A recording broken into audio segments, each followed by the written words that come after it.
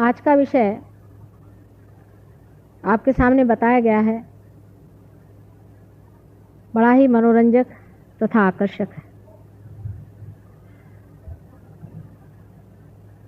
कुंडलिनी और Isa Masih, Lord Jesus Christ, सर्वसाधारण सामान्य लोगों के लिए ये बहुत ही अभिनव बात है और इस तरह कभी भी कोई संबंध आज तक किसी ने उसका जोड़ा नहीं था।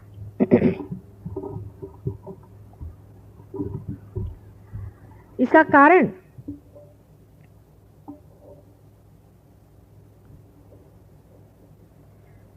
यह है कि धर्म के वृक्ष में जब जब फूल खिले हैं तो वो अनेक प्रांतों में, अनेक देशों में, अनेक भाषाओं में सुगंधित रहे, लेकिन उनका संबंध आपस में क्या बना रहा वो सिर्फ वृक्ष ही जान सकता है। जहाँ जहाँ वो खिले हैं, जहाँ जहाँ उनकी सुगंध फैली है, वहाँ के लोगों ने उन्होंने कभी अपनाया नहीं। तो फिर और लोग इसे कैसे जान सकते थे या समझ सकते थे कि ये फूल एक ही वृक्ष में लगे हुए हैं। अब हम उस तरफ से बात कर रहे हैं जहाँ पर आपको अभी तक पहुँचाया नहीं गया। जब आप वहाँ पहुँच जाइएगा तब हमारी बात आपको बहुत आसानी से समझ आएगी, क्योंकि जो भी हम कह रहे हैं वो सत्य है या असत्य है ये जानने का आपके पास कोई तरीका नहीं, उसका सबूत आपके पास कोई नहीं। आप कैसे जानिएगा कि हम जो कह रहे हैं ये सच है या झूठ? इसका जानने का तरीका जो है वो ये है कि आपको अपना ही अर्थ अभी तक लगाना।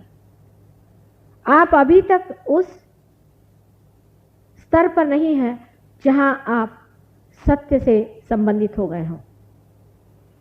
इसी कारण कोई चीज सत्य है या असत्य है, सिर्फ ये किंवदंती है या कोई मन की गढ़ी हुई बात है, ये आप नहीं बता सकते। जो लोग जिसे हम कहते हैं पार हो गए हैं, वो इस बात का पूरा तरह से परिचय पा सकते हैं कि कौन सी बात सच है और कौन सी बात झूठ है, क्योंकि उनके हाथ से जो तरंग बह रहे हैं, जो कल हमने यहाँ पर एक्सपेरिमेंट किया था और बहुत से लोगों के हाथ से जो ये तरंगे बहने लग गई थी, उस पर आप गरी से आके तो आप समझ सकते हैं कि जो बात हम कह रहे हैं पूर्ण सत्य है। ईसा मसीह के बारे में ईसाई लोग सिर्फ उसे बाइबल से जानते हैं, जो कि बड़ी गूढ़ किताब है। उसकी गूढ़ता इतनी है कि उसका कोई भी अर्थ ये लोग न लगाने के कारण कुछ न कुछ भी प्रयास करते हैं। जैसे कि बाइबल में लिखा हुआ है कि I will appear before you like tongues of flames. इसका अर्थ वो लोग नहीं दे सकते। वो सोचते हैं कि जब भगवान सामने आएंगे तो उनके अंदर से इस तरह से ज्वालाएं निकलती रहेंगी। इसका अर्थ ये नहीं। इसका अर्थ ये है कि हम सहस्त्रार में तुम्हें दिखाई देंगे। सहस्त्रार का वर्णन है, अनेक तरह से कुंडलिनी का वर्णन बाइबल में है, असंख्य उसके कोटेशंस आपको हम दे सकते हैं। ईसा मसीह ने कहा है कि those who are not against me are with me. जो मेरे खिलाफत में नहीं है वो मेरे साथ है। ईसाइयों से जाकर अगर आप पूछे कि ये कौन लोग हैं तो उनको इनका पता नहीं। उन्होंने तो ये बना लिया है कि ईसा मसीह ने कहा था कि I am the path, I am the door. मैं रास्ता हूं और मैं दरवाजा हूं। लेकिन यह नहीं कहा था कि आई एम द डेस्टिनेशन, कि मैं मंजिल हूं। यह बात उन्होंने नहीं कही थी। अगर उन्होंने कहा था मैं रास्ता हूं और मैं दरवाजा हूं तो फिर मंजिल कोई और होती। इतने गूढ़ भाषाओं में बात करने के बाद भी उस जमाने के जो दुष्ट लोग थे, 4 साल के अंदर, सिर्फ 4 साल उनको जीने दिया। 4 साल के अंदर उन्हें क्रॉस पे चढ़ा दिया गया। और आज भी जो लोग उनको मानते हैं और कहते हैं कि हम उनके धर्म का पालन करते हैं, वो भी हर दिन उनके सारे जो तत्व हैं उनकी बलि चढ़ाते रहते हैं। जैसे मैंने आपसे कल कहा था कि हिंदू लोग भी उतने ही बेवकूफ़ हैं जितने मुसलमान, उतने ही ईसाई।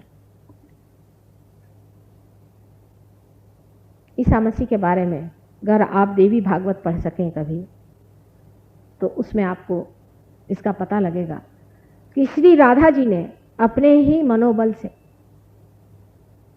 इनका निर्माण किया है, जिसका नाम उन्होंने महाविष्णु बनाया है। इसको 2 हिस्से में एक अंडाकृति उन्होंने बनाया था। इस अंडाकृति का जो बेस है वो श्री गणेश है। श्री गणेश ही मूलतः जीसस क्राइस्ट की शक्ति है। और जो दूसरा अंडाकृति का भाग है वो जिसे हम षडानंद कहते हैं, षण्मुखानंद कहते हैं, इसको कार्तिकेय कहा जाता है, वो हिस्सा। इस पूर्ण अंडे में जो प्राण है वही ईसा मसीह है। पूर्ण ब्रह्म तत्व ओंकार जो है वही ईसा मसीह है। कुंडलिनी का सारा ही अस्तित्व उनकी वजह से है कहना चाहिए, और वही कुंडलिनी के आधार पर बैठे रहते हैं। श्री राधा जी ने इनको जन्म किया था। ये आपको अगर आप देवी जी का पुराण पढ़ें तो पता होगा। पर मार्कंडेय को पढ़ने के लिए हमारे आज के मॉडर्न लोग कहाँ तैयार हैं। मार्कंडेय जैसा दृष्टा आपको कहीं ढूंढे से नहीं मिलेगा। एक से एक बारीक चीज़ें देवी की उन्होंने बताई हुई है कि देवी की क्या पहचान है, देवी किस तरह से कपड़े पहनती है, देवी के क्या उनके शौक़ हैं, वो किस तरह की है, उनका चलन बलन सब हर एक बारीक बारीक इतनी बातें उन्होंने बताई हुई है कि कभी कभी बड़ा आश्चर्य होता है कि किस कदर इन्होंने इतनी बातें जानी। लेकिन हमारे आजकल के जो आधुनिक अंग्रेजी शिक्षा से शिक्षित जो लोग हैं वो तो ये भी मानने को तैयार नहीं है कि संसार में देवी नाम की भी कोई चीज़ होती है और दैवी शक्ति नाम की भी कोई चीज़ होती है। हालांकि आज अंग्रेज इस तरफ मुड़ रहे हैं, लेकिन हमारे हिंदुस्तानी तो अभी भी बहुत बड़े अंग्रेज बने हुए। मैं बहुत बार कहती हूँ कि अंग्रेज़ों के टेल कोट्स छोड़ करके हमारे हिंदुस्तान में ज़्यादा अंग्रेज़ हैं बनिस्बत इंग्लैंड में। मार्कंडेय पुराण मेरे ख्याल से आप लोगों में से बहुत ही कम लोगों ने पढ़ा होगा, लेकिन उसमें अगर आप पढ़ें तो महाविष्णु की स्थापना उस पर आप अगर ध्यान दें तो आप समझ जाइएगा कि ये पूरे क्राइस्ट का ही या ख्रिस्त का ही पूरे वर्णन है। राधा जी ने स्वयं अपनी शक्ति से, जो कि महालक्ष्मी की शक्ति है, इन्हें बनाया है। और उनकी माँ जो मेरी थी वो और कोई नहीं थी, बस आपको सीधे सीधे समझ लेना चाहिए कि श्री राधा जी स्वयं थी। स्वयं साक्षात श्री राधा जी ने ही उनको जन्म दिया था। राधा, रा माने एनर्जी, शक्ति, और धा माने धारने वाली। जिसने शक्ति को धारण किया वो राधा है। राधा ये महालक्ष्मी का स्वरूप है। राधा जी का संसार में अवतरण हुआ था। जो पहले सीता जी थी वही राधा जी हुई, और राधा जी ने ही गणेश जी को अपने गोद लेकर के, क्योंकि राधा जी तो महालक्ष्मी का अवतरण है और गणेश जी महाकाली ने बनाए हुए थे गौरी स्वरूप होकर के। उन्होंने अपने गोद लेकर के उनको ये विशेष स्वरूप दे करके ख्रिस्त बनाया है। अब जो ख्रिस्त शब्द है ये भी कृष्ण से आया है, क्योंकि इनके पिता कृष्ण हैं, इसलिए इनको ख्रिस्त कहा गया। बहुत समझने की बात है। और इनका नाम जीसस भी इसलिए बनाया गया कि जैसे राधा जी को ये ख्याल आया कि यशोदा जी का नाम आज तक कहीं नहीं आया। यशोदा, यश को देने वाली सो यशोदा। लेकिन अपने यहाँ देखा जाए तो येसु और जेसु उनको कहा जाता है, शॉर्ट फॉर्म है। अगर किसी का नाम यशोदा होगा तो उसे यशोदा येसु पुकारते हैं, और अगर यूपी में वगैरह अगर यशोदा नाम चले तो उसे जस्सू कहते हैं। वही जस्सू नाम इनका उन्होंने दिया था। इस प्रकार जीसस क्राइस्ट ये नाम तैयार हुआ है। अब हिंदू लोगों को लगता है कि जीसस क्राइस्ट तो फिर हमारे आदमी हो गए, पर आप हिंदू हैं क्या? आप भारतीय भी नहीं है। और हिंदुत्व का मतलब कोई चीज को लेकर झगड़ा करना हिंदुत्व नहीं होता है। हिंदुत्व तो शक्ति के पुजारियों को माना जाता है, और जो शक्ति से प्लावित है, जो शक्ति से संस्कारित है, उन्हीं को हिंदू माना चाहिए। जिनके अंदर अभी तक शक्ति जागरूक नहीं है उन्हें हिंदू नहीं मानना चाहिए। इस प्रकार आप समझ सकते हैं कि जीसस क्राइस्ट ये श्री राधा जी के बनाए हुए वैकुंठ के समय के एक बहुत बड़े अवतरण है।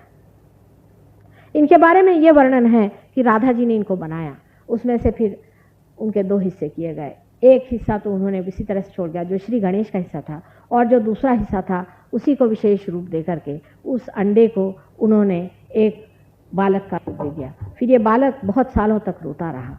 उसको अपने पिता की याद आई। जब उसके पिता ने उसे देखा, मतलब श्री कृष्ण ने जब उन्हें देखा तो उन्होंने उसको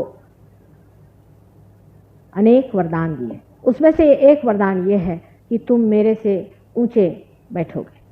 देखिए, विशुद्धि चक्र हमारा यहाँ है और आज्ञा चक्र हमारा यहाँ, किंतु ब्रेन में विशुद्धि चक्र यहाँ है। ब्रेन के अंदर विशुद्धि चक्र के जो सीट है वो यहाँ पर है, पर चक्रों की दृष्टि से श्री कृष्ण का चक्र ये है और उसके ऊपर यहाँ पर आज्ञा चक्र है जहाँ जीसस क्राइस्ट बसते हैं। दूसरी बात उन्होंने कही कि तुम सारे संसार का आधार रहो। तीसरी बात उन्होंने कही कि मैं जो कुछ भी अपनी पूजा में पाता हूँ उसका 16वां हिस्सा तुम्हारे पास पहले ही चला जाता है। इस प्रकार अनेक वरदान देने के बाद विराट ने, श्री कृष्ण ने उनको इस संसार में अवतरण लेने की अनुज्ञा दी। जब ईसा मसीह अपने पिता की बात करते हैं तब वे कृष्ण की बात करते हैं, विराट की बात करते हैं। उन्होंने हमेशा अपने पिता की बात की क्योंकि उनके पिता उनके साथ संसार में अवतरित नहीं हुए थे। उनकी माँ साक्षात महालक्ष्मी थी, आदिशक्ति थी। उसी को उन्होंने होली घोस्ट कहा हुआ है, लेकिन उस वक्त उन्होंने होली घोस्ट की बात इसलिए नहीं की। अपने माँ को होली घोस्ट या कोई देवी के रूप में उन्होंने दुनिया से नहीं जताया, क्योंकि अगर उस वक्त के दुष्ट राक्षसों को यह पता हो जाता कि यही होली घोस्ट है तो उसके पीछे पड़ जाते। अगर ऐसी हालत आ जाती तो जीसस क्राइस्ट खुद इतने बिगड़ जाते कि उनकी जितनी भी संहार शक्तियां हैं उन्हें लेकर के वो तहस नहस कर देते। जीसस क्राइस्ट के पास 11 रुद्र हैं, माने 11 संहार शक्तियां हैं। वो हमारे माथे पर 11 संहार शक्तियां हैं। ये 11 संहार शक्तियां जब कल की अवतरण होगा, जिसके बारे में मैं कल बताने वाली हूँ, तब पूरी तरह से इस संसार का जो भी कुछ संहार का कार्य है वो करें। इनकी जो 11 संहार शक्तियां हैं ये हमारे माथे में बैठी हुई हैं।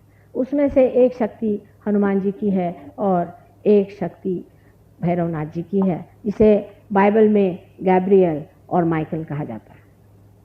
आप अगर अंग्रेजी में भी कहें तो भी आप उस शक्ति को जागरूक कर सकते हैं मंत्र में, या चाहे आप उसे हिंदी में कहें या संस्कृत में कहें तो भी वो शक्तियाँ आपके अंदर जागरूक हो सकती हैं।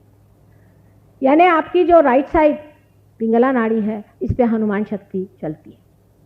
जब आपकी राइट साइड चलती नहीं और उसमें तकलीफ रहती है तब हनुमान का नाम लेना पड़ता है। उस वक्त अगर आप गैब्रियल का भी नाम लें तो भी वो शक्ति चालू हो जाती है। लेफ्ट साइड की जो शक्ति है उसमें सेंट माइकल या जिसे हम भैरवनाथ जी कहते हैं उनकी शक्ति चलती है। अगर लेफ्ट साइड आपको चालू करनी है तो आपको भैरवनाथ जी का सहारा लेना पड़ता है। अगर आप सेंट माइकल का भी नाम लें तो भी ये शक्ति आप चालू कर सकते हैं, या आप मंत्र से इसकी जांच कर सकते हैं, इसका पड़ताला ले सकते हैं कि जो हम बात कह रहे हैं वो सही है या नहीं। इस प्रकार आप जान सकते हैं कि जो लोग आपने को ईसाई समझते हैं या हिंदू समझते हैं या मुसलमान समझते हैं और आपस में बेकार की बात पर झगड़ा करते हैं, वो महामूर्ख है। क्योंकि एक ही वृक्ष पर उगे हुए ये पेड़ सब आपस में रिश्तेदार हैं। ईसा मसीह ने कहा है कि those who are not against me are with me. ये सब उन डेटीज की बात कर रहे हैं कि जो हमारे अलग अलग चक्रों पे बसे हुए, ये सब रिश्तेदार हैं आपस में।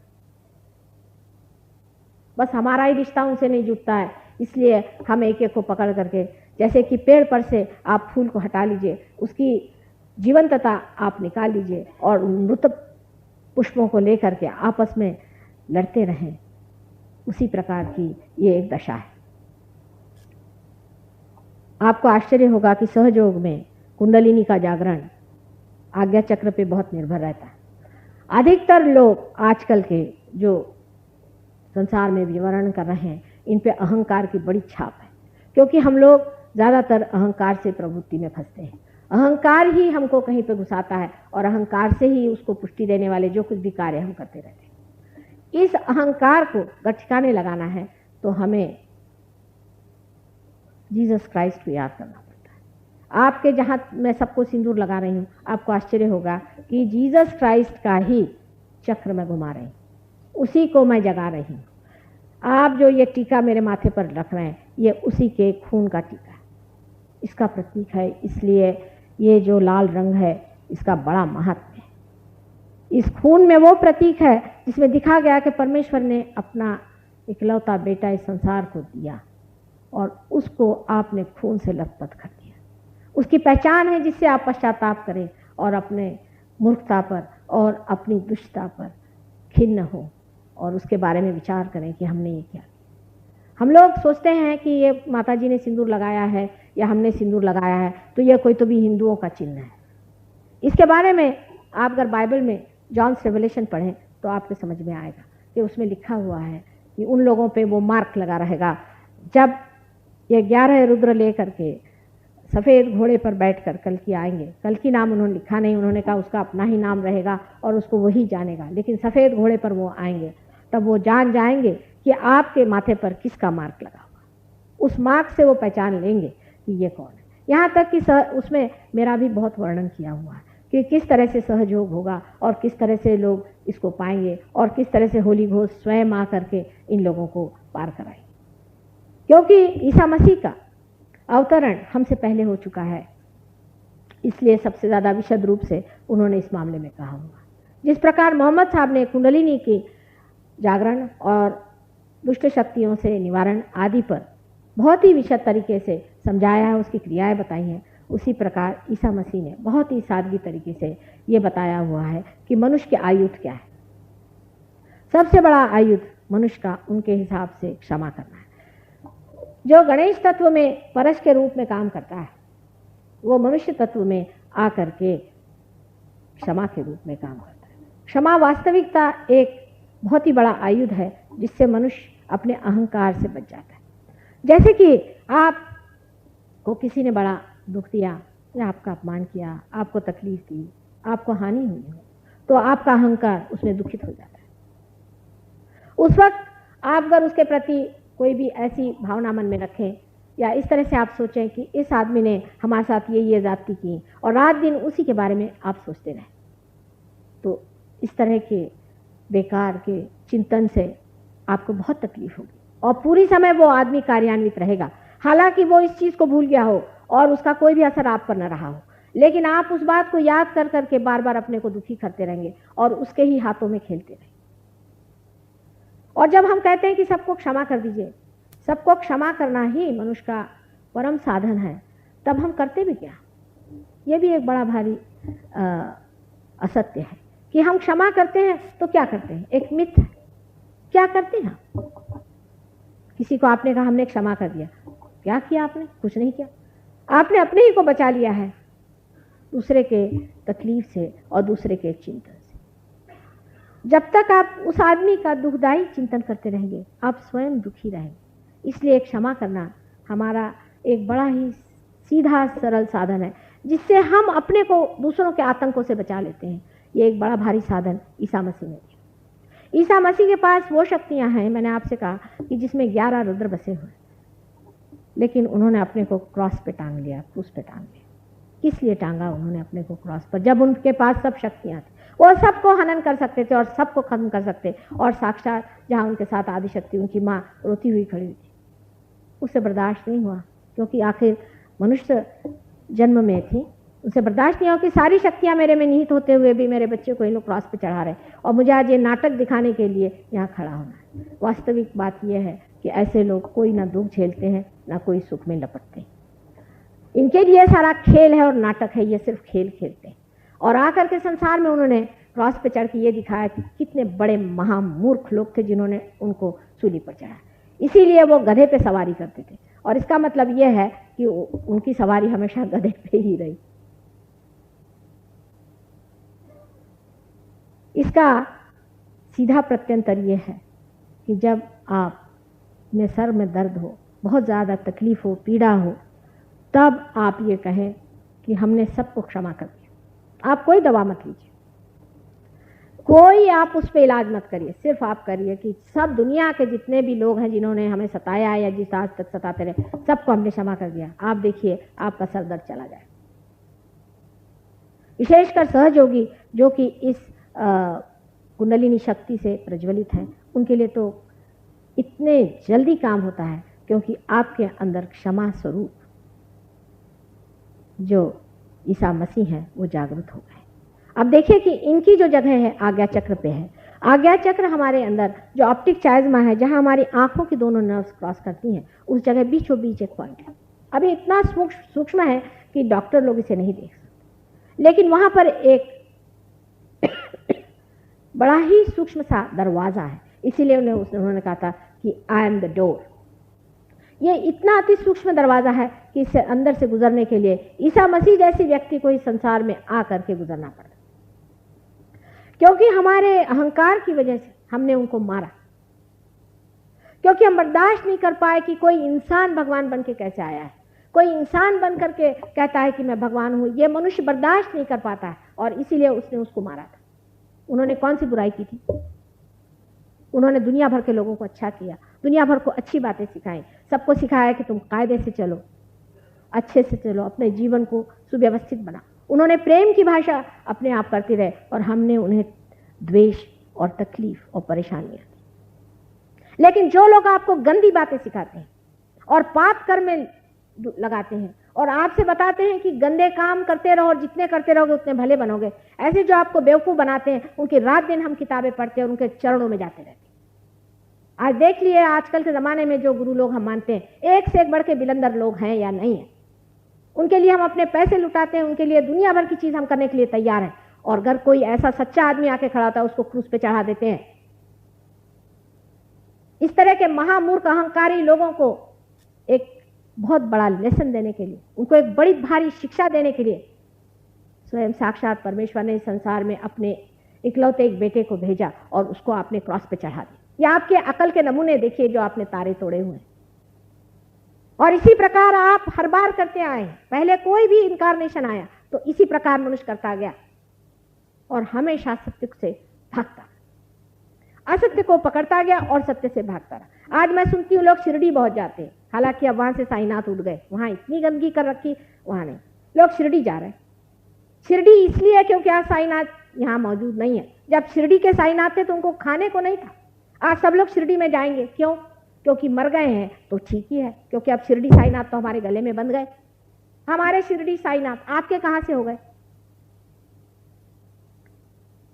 ये मनुष्य की महामूर्खता जो है कि जो मर गया उसके पीछे दौड़ना, इस महामूर्खता और इस अहंकार के लिए ही ईसा मसीह ने अपने को बलिदान दिया। और आज भी मनुष्य उसी मूर्खता में बहा जा रहा है। जो साक्षात है, जो सामने है, प्रमाण है, उसे छोड़ करके और ऐसी चीज के पीछे दौड़ता है जो मर गया, खत्म हो चुका, और आज उसका स्थान कहीं और। आपने देखा है कि बहुत से शिरडी के यहाँ पे भक्त आए थे, उनसे पूछा गया कि पूछो साक्षात माता जी आप शिरडीनाथ हैं, तो उनके अंदर वाइब्रेशंस आए। सही बात है, जब भी कोई इनकारनेशन आया तब उससे अगर पूछा जाता तो आपको इसका उत्तर मिल जाता, लेकिन जब भी कोई आया तो आप पिछला जो मरा हुआ उसे लिए बैठे रहे और उसी के सहारे चले, क्योंकि आज वो जिंदा नहीं है, इसलिए अच्छा हमारे हाथ में।